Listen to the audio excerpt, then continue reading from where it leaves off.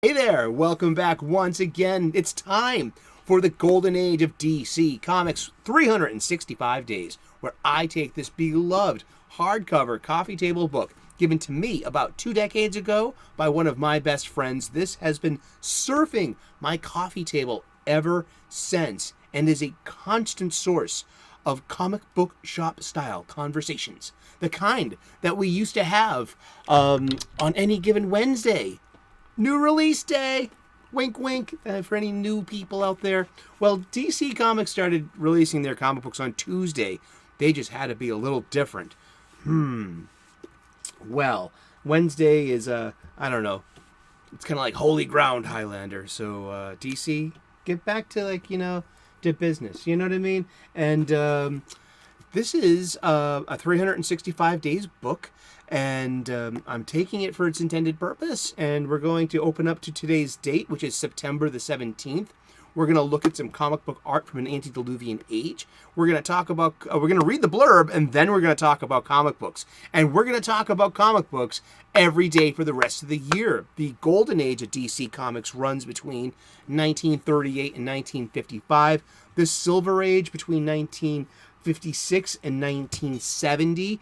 The bronze age, I'm a Bronze Age baby myself, runs between 1970 and 1984 or 5, and the Copper Age begins in 1985. I get these definitions from the Overstreet Price Guide, the most current edition, and I get it from the glossary. And yeah, I feel that's a really fair standard and a great place to start having conversations about the ages. See, even this glossary says that the Copper Age runs from 1984, 85 to 1993, and that we're in some kind of nebulous catch-all modern age ever since. So the modern age of comics runs from 1993 until today. I don't accept that. I'm not buying that. But let's talk about it some more. I would love to be part of that conversation. And I got 2 other books that I'm going to suggest. How to Draw Comics the Marvel Way by Stan Lee and John Buscema.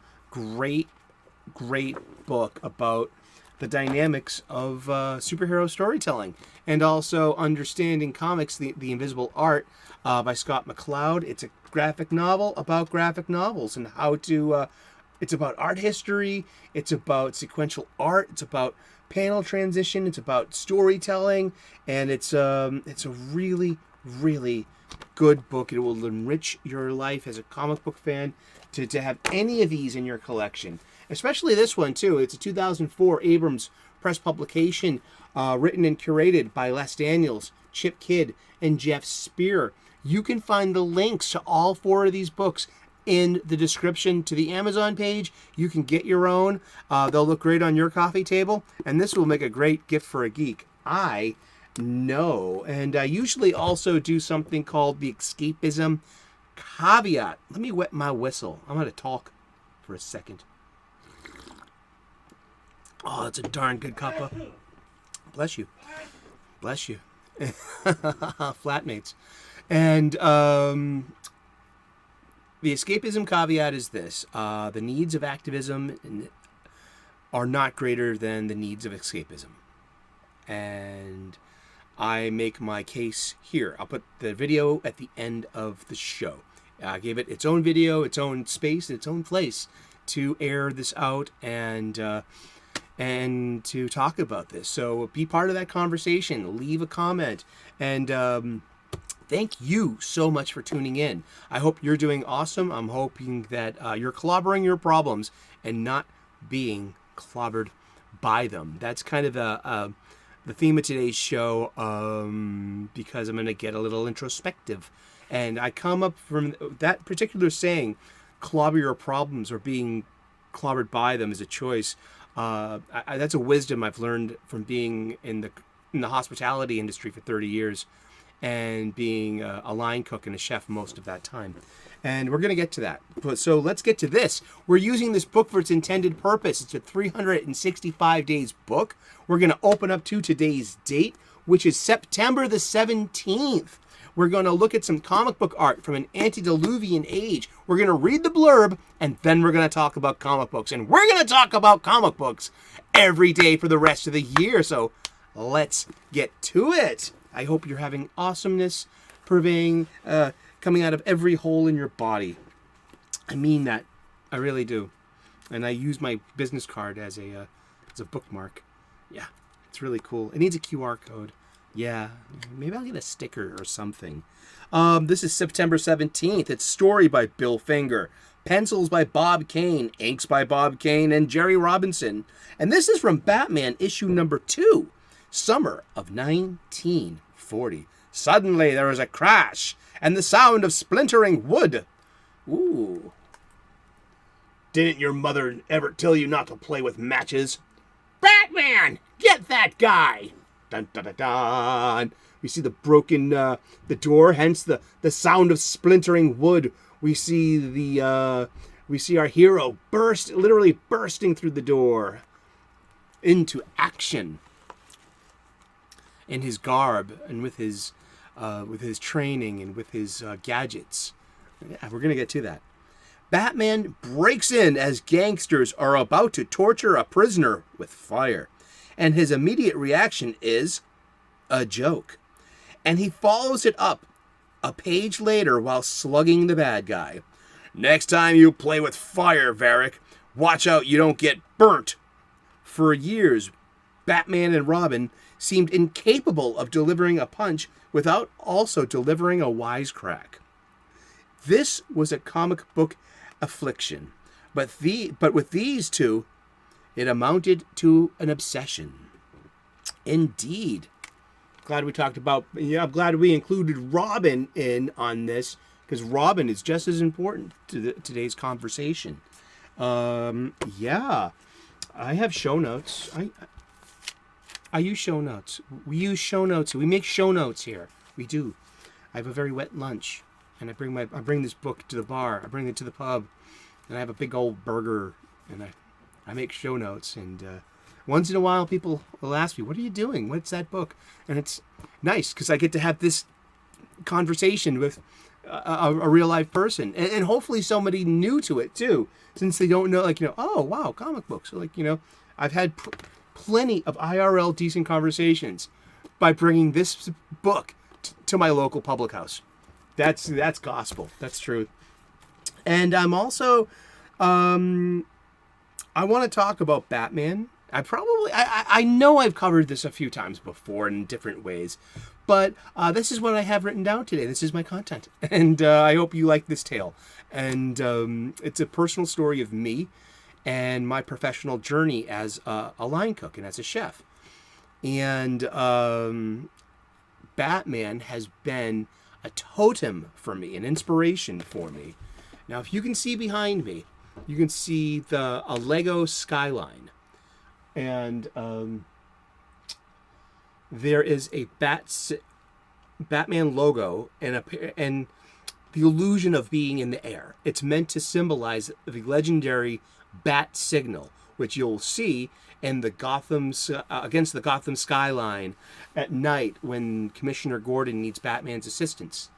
And so that is my old belt buckle, and I thought it would make a great facsimile of the bat signal. I have a bat signal toy, a little scale, and it has a light on it too, and it will actually have cast a shadow on the wall with that. But I wanted something a bit more analog and less battery operated.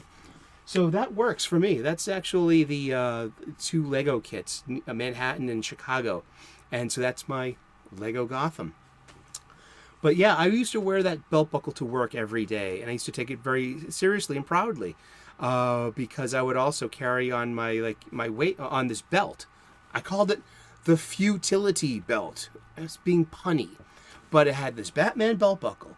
And I also have the Leatherman multi-tool, the knife, the Phillips head screwdriver, flathead screwdriver, the tweezers, pliers and bolt and wire cutters. Those are the things I use the most. And it comes in very handy at work. I'm a chef. And so I would wear these. This would be under this is my belt.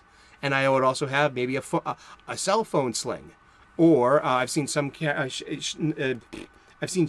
carry a small chef knife in a sheath Or even sometimes we would wear our tasting spoons down there too. You could have a stainless steel tasting spoon that you would clean in a bain-marie, a hot water bath, to sterilize it between tastes.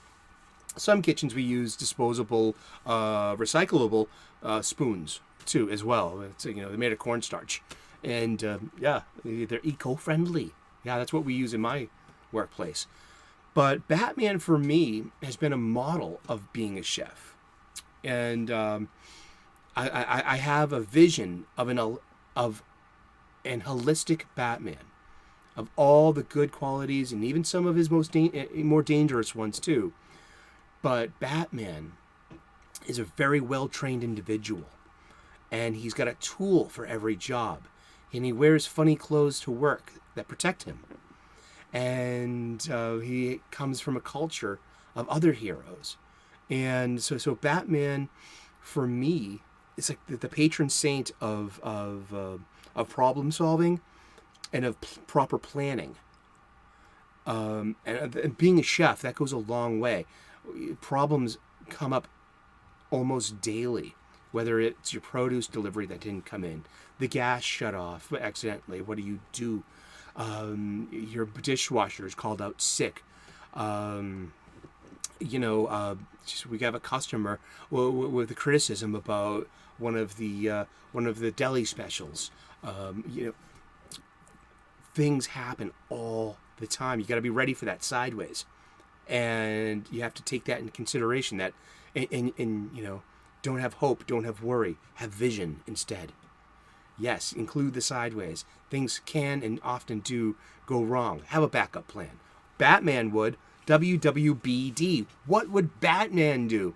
And so as a chef, I really embrace that notion. Also, when it comes to Robins and Batgirls, I am an older chef now. I'm a mentor and a trainer to all the younger cooks who will, who have taken this mission. And you have to, there's one of my most favorite Batman lines comes from an issue of something called Infinite Crisis, where Booster Gold is chiding the newly minted teenage hero, Jaime Reyes, the Blue Beetle, and to say, come on, kid, show us where the satellite is and we can get on with our day, all right? And Batman says to him, Booster, you have no idea how to talk to kids. I love that line, written by Geoff Johns.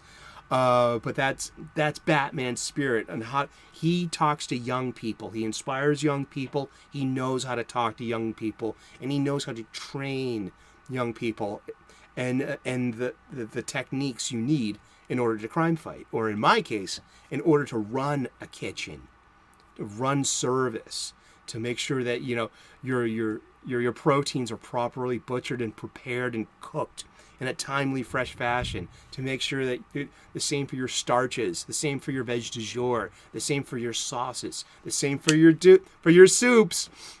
I am the Sultano soup, and but yeah,